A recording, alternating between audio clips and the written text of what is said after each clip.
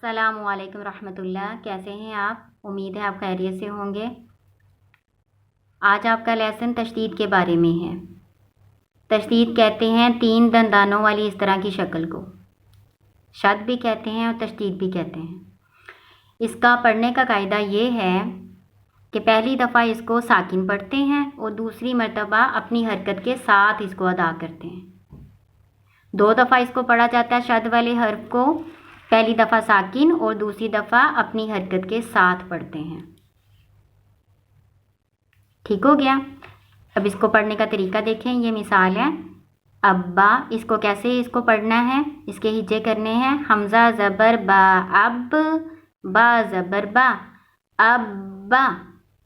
اس کو لمبا نہیں ہونے دینا، اس کو شدت کے ساتھ سختی سے ادا کرنا ہے، ابا۔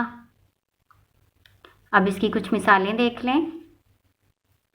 قاف زبر دال قد، دال زبر دا قد، را زبر را قدر، قدر۔ عین زبر میم عم، میم زبر ما عم۔ جو شد والے حروف ہوں گے اور وہ گننے والے ہیں تو وہاں پہ گنہ بھی ادا کریں گے، جیسے نون شد ہے، میم شد ہے، واؤ یا ہے، تو وہاں پہ آپ گنہ بھی کریں گے۔ تو یہاں پہ ہم گنہ بھی کریں گے اور اس کو شد کے ساتھ ادا کریں گے، عم۔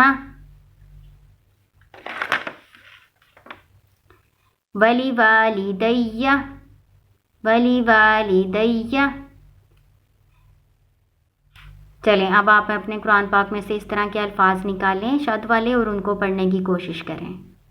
السلام علیکم ورحمۃ اللہ۔